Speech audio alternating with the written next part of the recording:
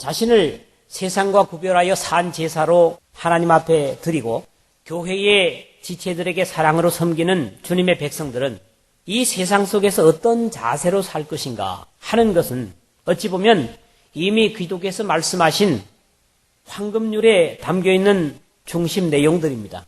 그러므로 무엇이든지 남에게 대접을 받고자 하는 대로 너희도 남을 대접하라. 이것이 율법이요 선지자니라. 마태복음 7장 12절에 그렇게 말씀을 하십니다. 우리는 이것이 최고의 가치라고 이해하고 읽고 들으면서도 이렇게 사실은 살지 못해서 남들에게 주기 전에 받기를 바라는 그런 독선을 가지고 있지 않은가 그런 생각을 하게 됩니다. 그리스도인은 교회 안에서만 그리스도인일 수 없는 것은 삶의 기준이 이중적일 수 없다는 것을 앞에서도 이미 말씀드린 바 있습니다. 이러한 사상은 산상보훈에서도 가르치고 계신 말씀인데 이같이 너희 빛을 사람 앞에 비치게 하여 저희로 너희 착한 행실을 보고 하늘에 계신 너희 아버지께 영광을 돌리게 하라. 12장 1, 2절의 말씀을 상고하면서 이미 이 말씀을 드린 바 있습니다. 그러나 사람들 앞에서만 의도적으로 선을 행하는 위선을 또한 성경은 경계하고 있는 내용도 우리가 봅니다. 지고지선의 하나님의 백성으로서 대상에게 먼저 사랑과 희생으로 다가가는 것은 모든 평화의 출발점이고 마음과 영혼의 중심에서 배어나오는 행동은 그 사람의 마음 중심에 자정하고 계신 성령님의 지도로 가능한 것이고 자연스러운 그리스도인의 삶의 모습일 것입니다. 오늘 본문의 그리스도인으로서의 세상 속에서의 삶의 자세는 첫 절이 서론이 된다고 하면 마지막 절이 결론으로 구성되어지는 그런 말씀입니다. 너희를 핍박하는 자를 축복하라. 축복하고 저주하지 말라. 14절에 그렇게 말씀을 하셨는데요.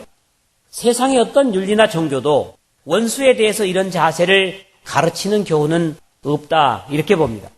주님은 또 내 이웃을 사랑하고 내 원수를 미워하라 하였다는 것을 너희가 들었으나 나는 너희에게 이르노니 너희 원수를 사랑하며 너희를 핍박하는 자를 위하여 기도하라. 마태복음 5장 43절에서 44절에 적극적인 하늘에 속한 사람의 윤리를 가르치셨고 적어도 초대교회의 모든 성도들은 자신들의 이해 득실에 관계없이 이 말씀을 그대로 실행을 했었습니다. 성미가 급해서 늘 원수들 앞에 설치던 베드로 사도조차도 마침내 악을 악으로 욕을 욕으로 갚지 말고 도리어 복을 빌라. 이를 위하여 너희가 부르심을 입었으니 이는 복을 유업으로 받게 하려 하심이니라. 베드로전서 3장 9절에 그렇게 권면을 하고 있습니다. 이러한 베드로의 태도는 주님께서 잡혀가시기 바로 직전에 예수님께 달려드는 말고에게 칼을 내리쳤다가 주님으로부터 책망을 받은 내 검을 도로 집에 꽂으라. 검을 가지는 자는 다 검으로 망하느니라 하신 주님의 교훈을 마음에 두고 한 말씀이 아니겠는가 그렇게 이해를 합니다.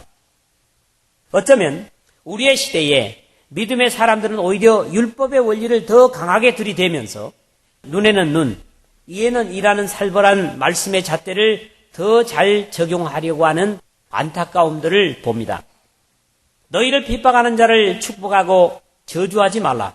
특히 여기 핍박한다고 하는 말이 좀 특이한 말입니다.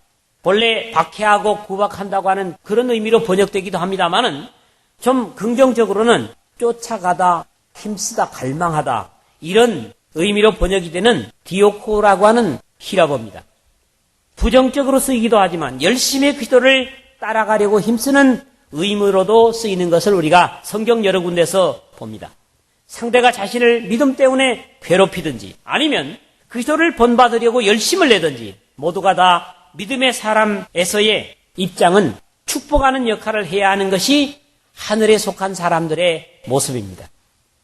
우리는 너무 성급하게 남을 평가하고 경계하고 미워하다가 나중에 돌아서서 미안해하고 후회하는 경우들이 많은 가운데 이 말씀을 깊이 음미할 필요가 있지 않은가 그런 생각을 합니다. 그리스도인은 축복의 고난을 가진 사람들이므로 이 귀한 왕같은 제사장으로서의 영광된 고난을 핍박하는 대상을 위해 기도하여 그 사람을 변화시키든지 아니면 그 축복을 상대가 받지 못해서 그것이 자신에게 되돌아오건 말씀대로 행하기만 하면 혼에 날 것이 없는 믿져야 복이라는 사실을 우리가 기억할 필요가 있습니다.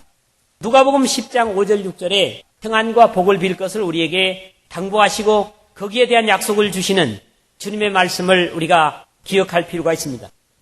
여러분 모두가 이 축복의 귀한 고난을 사장해버리지 말고 주님 오실 때까지 열심히 사용해서 하나님께는 영광이 되고 이 세상에는 복이 되는 귀중한 역할을 감당하는 왕같은 제사장 된 저와 여러분 되시기를 주의 이름으로 먼저 부탁을 드립니다.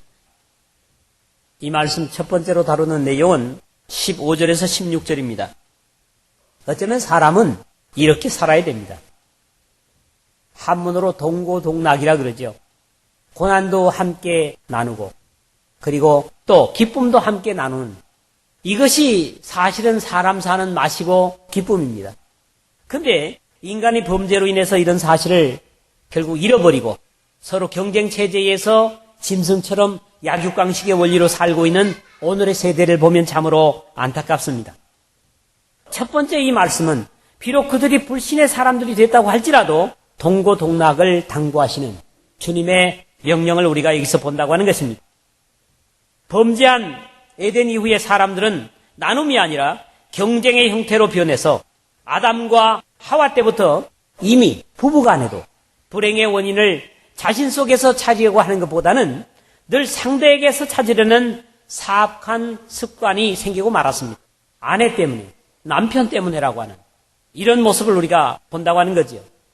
오늘의 시대에도 외형적으로는 즐거움의 잔치도 축하해주고 어려움을 당한 동료에게 위로는 하는 일들이 있기만 하지만 바울을 통해서 주시는 이 교훈은 이런 정도에서 머무는 의무적인 부분을 말씀하고 있는 것이 아닌 것이 분명합니다. 상대적인 세상 속에서 상대의 행복이 자신에게 불이익이 될 수 있다고 판단하거나 음지가 양지되면 양지가 음지된다는 일반적인 상황들 때문에 즐거워하는 자들의 기쁨에 진심으로 참여치 못하는 세상의 사람들이 대부분입니다. 대부분의 사람들, 즉 세상 사람들은 슬픔에는 그대로 동정을 보내는 것이 조금은 쉬운 이유가 다른 사람들의 슬픔을 보면서 자신의 슬픔을 떠올리기 때문이라고 합니다. 그러나 하늘의 사람들은 이 상대적인 가치에 머무는 사람들이 아닙니다. 예수 기도께서는 하나님이시지만 나사로의 죽음 앞에 눈물을 흘리셨습니다. 포도주가 떨어져 흥이 깨어진 혼인잔치집에 포도주를 만들어 주셔서 기쁨을 회복시켜 주셨는가 하면 전도를 나갔다가 돌아와 귀신들이 항복하고 질병이 도망하다라고 하는 흥분된 제자들의 모습과 함께 성령으로 기뻐하시는 주님의 모습을 뵐 수 있습니다. 예수 기도를 증거하러 온 세례 요한은 예수께로 몰려가는 사람들을 시샘하듯 보고하는 자신의 제자들의 말에 그는 흥하여야 하겠고 나는 쇠하여야 하리라. 그렇게 겸손한 모습으로 진정으로 예수님의 흥해감을 즐거워하는 하늘에 속한 모습을 우리가 보게 됩니다. 반대로 신앙이 잘못되었던 바리새인들은 사람들이 다 교회로 몰려가는 것을 보고 대제사장과 그와 함께 있는 사람, 즉 사두개인의 당파가 다 마음의 시기가 가득하여 일어나서 사도행전 5장 17절에 간악함의 차이를 우리가 볼 수가 있습니다. 그리스도인들은 죄가 아닌 이상 어느 누구의 즐거움에든지 진정으로 함께할 수 있는, 그래서 그 기뻐하는 자들이 더 큰 감격을 갖도록 돕는 적극적인 기쁨의 나눔과 슬픔을 나눠지는 삶이 되어야만 한다고 하는 것입니다. 즐거워하는 자들로 함께 즐거워하고 우는 자들로 함께 울라는 말씀은 단순한 권면이 아니라 명령입니다. 즐거워하라 또는 울라, 그렇게 말씀을 하고 있다는 것이죠. 구약의 욥이라는 사람의 위대한 신앙은 바로 이런 삶의 자세를 가진 사람이었다고 하는 데서 봅니다. 고생의 날 보내는 자를 위하여 내가 울지 아니하였는가? 빈궁한 자를 위하여 내 마음에 근심하지 아니하였는가? 이렇게 고통과 근심 속에 있는 사람의 자신의 삶을 가지고 동참하는 그런 욥의 자세를 욥기서 30장 25절에 보면 역시 욥은 하나님의 말씀을 실천한 사람이다, 이렇게 확신이 갑니다. 특히 가족이나 친척, 동료가 즐거워하거나 슬퍼할 때 나눌 수 있지만 자신을 미워하거나 적대시하는 사람들의 형통과 고통을 자신의 것으로 나누는 것은 결코 말처럼 쉽지 않습니다. 그러나 여기 즐거워하는 자들, 우는 자들은 반드시 그런 사람들만을 의미하지 않습니다. 하늘의 가치로 사는 사람들은 이런 이유 때문에도 사람들로부터 다르게 취급될 수 있을 것입니다. 베드로 사도는 오늘 바울과 같은 당부를 주고 있습니다. 마지막으로 말하노니 너희가 다 마음을 같이하여 체휼하며 형제를 사랑하며 불쌍히 여기며 겸손하며 베드로전서 3장 8절에 그렇게 말씀을 하고 있습니다. 결국 즐거워하는 자들로 함께 즐거워하고 우는 자들로 함께 울 수 있기 위해서는 서로 마음을 같이하며 높은 데 마음을 두지 말고 도리어 낮은 데 처하며 스스로 지혜 있는 채 말라는 삶의 자세가 되어야만 가능할 것입니다. 여기에서도 죄인에 대한 긍휼과 함께 겸손이 중요하고 자신을 더 나은 존재로 생각지 않을 때 가능하다고 하는 말씀을 이해하게 되는 것이죠. 우리의 마음은 같이 두거나 낮은 데 둬야지 높이 둬서는 주님의 명령을 어떤 것도 순종할 수 없음을 배우는 것입니다. 하늘의 영광의 보좌를 버리시고 낮고 천한 인간의 모습으로 이 땅에 오셔서 진정한 즐거움도 없고 슬픔을 다 소화하지 못하는 인류를 위해서 그 낮고 천한 고통의 십자가를 지신 주님을 중심에 모심으로 겸손으로 허리를 동이고 주변의 기쁨을 나의 기쁨처럼 즐거워해주고 슬픔을 나눠지는 모습이 자연스럽게 이루어지므로 주님께 영광이 되며 주변이 화평의 복음으로 충만해지는 도구들로 남은 생애를 사는 저와 여러분 되시기를 주님의 이름으로 부탁을 드립니다. 두 번째 말씀은 17절에서 18절입니다. 악에도 선으로 대항하는, 악으로 악을 대항하는 것이 아니라 계란으로 바위치기 같은 악에도 선으로 대항하는 평화의 도구가 되라고 하는 그런 당부를 주고 계십니다. 이 교훈 역시 베드로 사도의 당부와 더불어 생각해 볼 수가 있겠습니다. 악에서 떠나 선을 행하고 화평을 구하여 이를 쫓으라. 주님의 눈은 의인을 향하시고 그의 귀는 저의 간구에 기울이시되 주님의 낯은 악행하는 자들을 향하시느니라. 베드로전서 3장 11절에서 12절에 같은 내용의 말씀을 봅니다. 우리 인간은 악을 대함에 있어서 악으로 대하는 것이 지극히 자연스러운 모습 아닙니까? 그러나 악은 악으로 정복할 수 없기 때문에 예수 그리스도께서 악을 도말하시기 위해서 의로운 십자가를 지는 것을 우리는 압니다. 하나님께서 그러셨음에도 우리는 곧잘 악의 악으로 대항하려는 무모함을 보일 때가 많습니다. 특히 이 대상이 아무에게도, 그래서 영어로 anyone, 모든 사람, everybody라는 사실입니다. 우리가 악으로 대할 사람은 한 사람도 이 역사 속에 신불신간에 없다는 겁니다. 선을 행해야 될 대상은 이 인류 모든 사람들 앞에서 역시 신불신 관계할 필요가 없이 다 선으로 대해야 된다. 그런 말씀이죠. 우리는 지난 시간에 교회 속에서의 섬김과 교제 속에서 악을 미워하고 선에 속하라 이런 깊은 의미들을 생각을 했습니다마는 바로 오늘 17절에 아무에게도 악으로 악을 갚지 말고 모든 사람 앞에서 선한 일을 도모하라는 말씀도 교회 속에서와 다르지 않습니다. 이것은 우리의 삶의 지침이 다를 수 없음을 의미한다. 그렇게 이해를 합니다. 베드로는 좀 더 적극적인 당부를 주고 있는데 또 너희가 열심으로 선을 행하면 누가 너희를 헤아리요? 베드로전서 3장 13절에 그렇게 악보다 선을 행함이 얼마나 우리 믿음의 사람들에게 유익한가를 가르칩니다. 물론 여기에 선은 하나님을 닮는 자세를 말씀하고 있는 것이죠. 주위에서 봐야 할 것은 선한 일을 도모하라 한 것입니다. 도모하다 하는 말은 본래 프로노에오, 프로 앞에라는 말과 노에오, 생각한다는 말이 합성이 된 말이죠. 미리 계획하다 또는 미리 준비하다 그런 의미이기 때문에 선을 행할 것을 늘 미리 준비하고 계획하라고 하는 그런 의미입니다. 여러분들이 세상에 나갈 때 어떻게 선을 행할까 또 어떻게 좋은 일을 할까를 늘 미리 고민하고 준비하고 계획하라고 하는 그런 의미를 선한 일을 도모하라 하는 말씀 속에서 이해할 수가 있습니다. 세상에 어떤 일을 하려고 하든지 미리 그 일에서 선을 행할 것을 계획해서 주님의 선하심을 드러내라는 그런 당부의 말씀입니다. 할 수 있거든 너희로서는 모든 사람으로 더불어 평화하라 18절에 그렇게 말씀을 드렸는데요. 그리스도인은 어떤 사람들과도 화평할 수 있어야 합니다.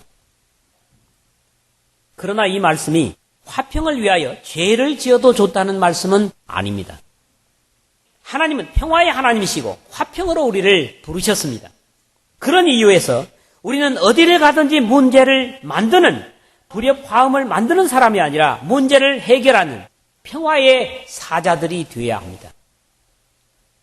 혼란의 상황 속에서 내가 갔을 때 그 혼란이 정리가 되는 그런 평화의 사자들이 되어야 한다. 그런 말씀이죠. 그러나 전제되는 것은 역시 할 수 있거든. 이 전제는 화평을 이룰 수 없는 대상을 염두에 두고 있는 말씀이죠. 아무리 평화의 관계를 원해도 상대가 거부하면 어쩔 수 없는 대상을 우리는 분명히 봅니다. 가령 북한에 있는 김정일이라고 하는 사람 같은 경우죠. 알카에다라고 하는 그런 사람들도 마찬가지입니다.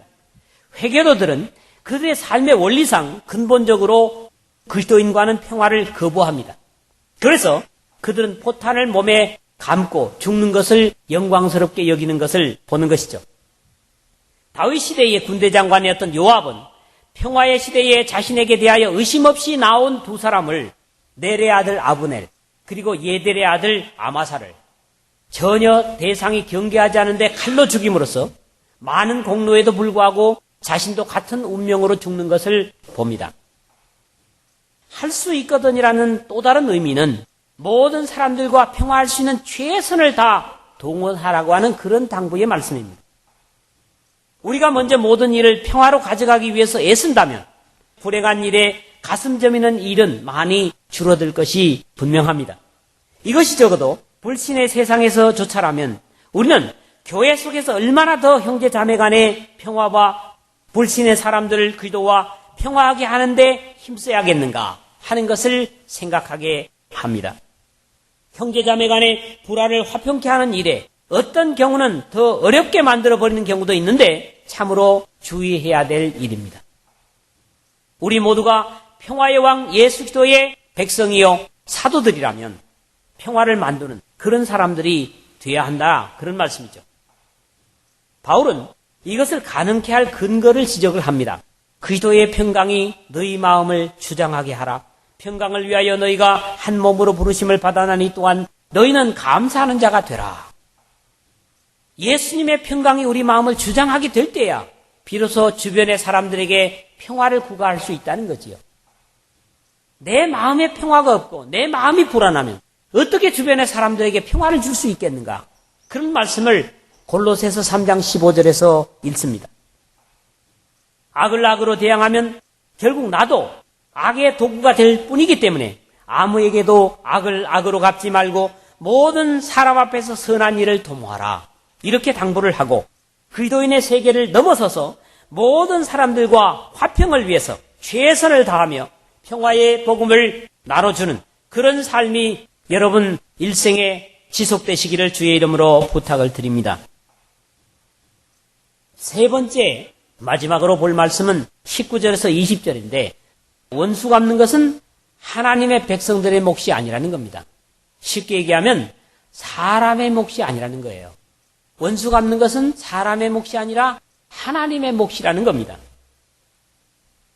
어찌 보면 오늘 말씀이 마치 도덕적인 강의가 되는 것 같습니다. 그럼에도 불구하고 이 말씀은 우리 실생활에 있어서 대단히 중요하고 필요한 교훈입니다. 그리스도인들이 스스로는 아닐지라도 어쩔 수 없이 원수로 자처하는 사람에 대하여 어떻게 할 것인가 하는 사실에 대해서 지적을 합니다. 사실 그리스도인에게는 원수라는 대상 자체가 이 세상에 있어서는 안 된다. 저는 그렇게 믿습니다. 그리스도인일 때 그 사람에게도 원수가 있다. 그러면 그 사람은 진정한 그리스도인일 수 없다. 그렇게 말씀을 드리고 싶은 거지요. 왜 그러냐니까 나는 너희에게 이르노니 너희 원수를 사랑하며 너희를 핍박하는 자를 위하여 기도하라. 대상에 대해서는 내가 원수시 된다고 할지라도 믿음의 사람 자신에게는 대상의 원수가 없어야 된다는 얘기입니다. 우리의 대적은 오직 마귀 사탄, 즉 하나님의 원수일 뿐입니다.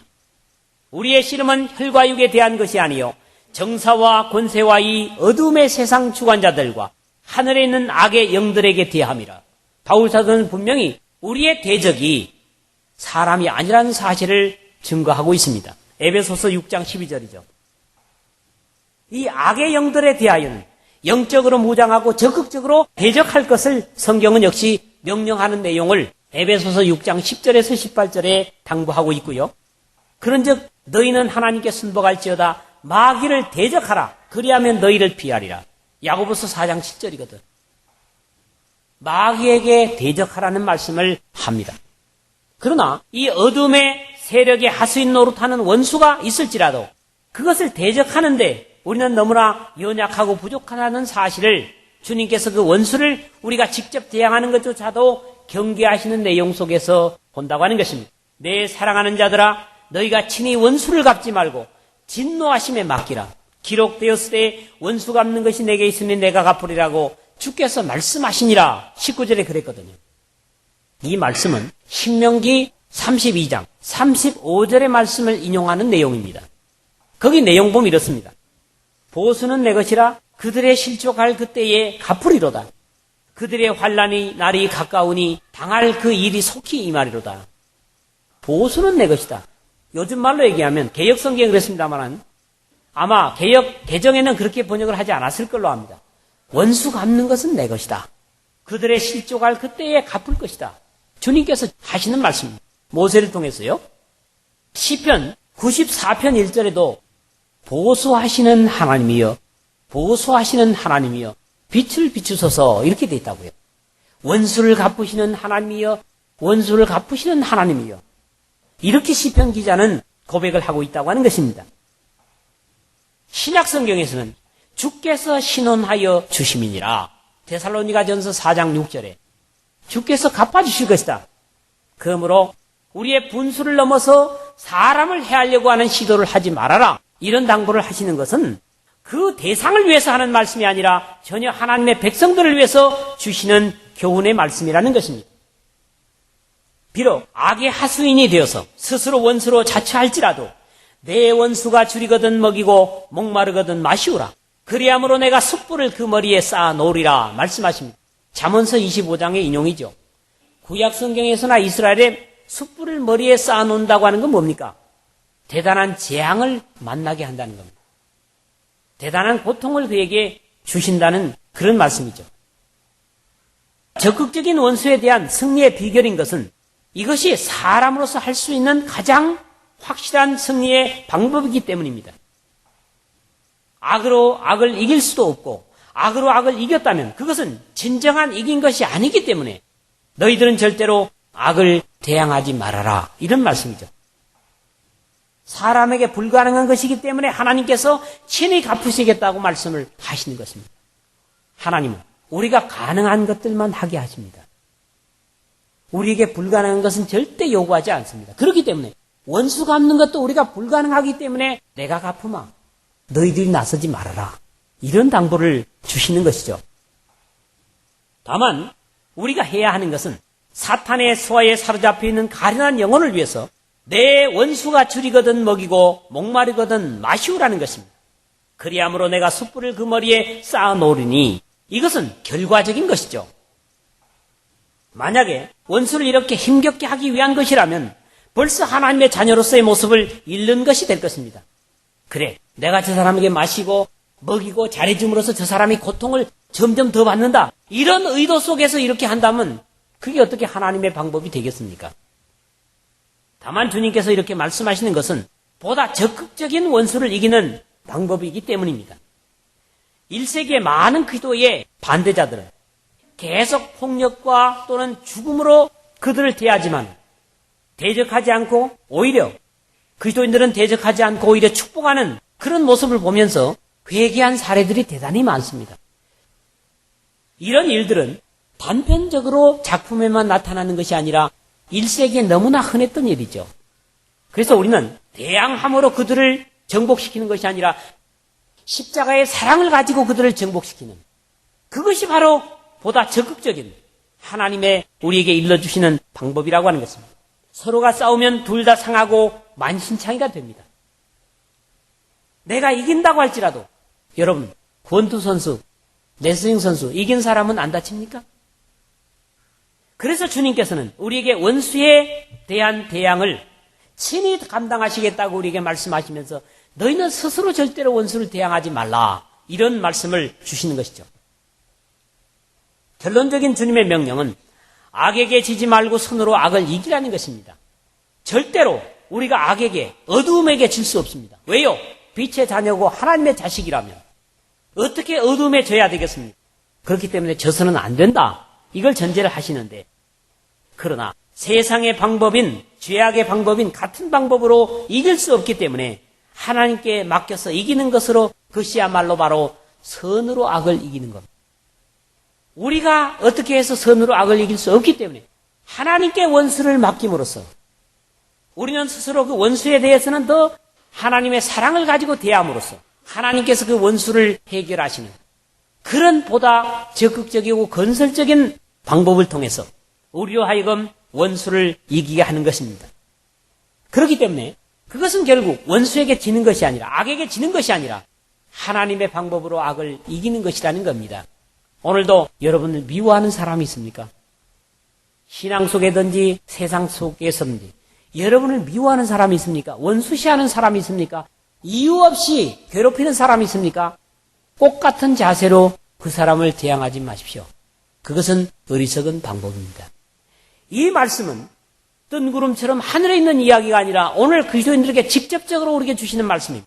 그렇기 때문에 우리는 우리를 핍박하는 자를 오히려 축복함으로써 그들이 당연히 받지 못한다면 그 축복이 우리에게 돌아오는 그런 예수 그리스도의 방법을 사용할 수가 있고, 누구보다도 진정한 기쁨으로 기쁨을 가진 자들과 함께하는, 그리고 슬픔으로 애통하는 사람들에게 함께 울어주는, 그래서 그들과 마음을 같은 선상에 두고 그들의 기쁨과 슬픔을 상승시키고 어루만져주는, 어떤 대상이든지 악으로 악을 갚지 말고 모든 사람, 세상의 모든 대상을 향해서 예수님의 십자가의 방법, 내가 희생하는 방법을 도모함으로 모든 사람과 더불어 화평하고, 원수가 있다고 할지라도 그 원수를 내 자신이 감당하는 것이 아니라 하나님께 맡기고, 내가 할 수 있는 것은 하나님의 명령대로 그를 위해서 먹이고 마시우는 그런 적극적인 방법으로 말미암아 그들이 오히려 하나님 앞에 회개할 수 있는 그런 길을 우리가 마련할 수 있다고 하는 것입니다. 우리가 악에게 져서는 안 되겠지만 같은 악으로 악을 이기는 것이 아니라 선으로 악을 이기는 그런 하나님의 선하신 방법, 하나님의 선하신 의도를 가지고 여러분의 생애 속에서, 여러분의 일생 속에서 선으로 악을 이겨가는 하늘의 백성다운 삶을 살아서 주님께는 영광이 되고, 여러분 주위에 여러분을 미워했던 사람들조차가 회개하여 그리스도를 영접하는 그런 은혜의 역사가 함께 하시기를 주님의 복되신 이름으로 축원을 드립니다.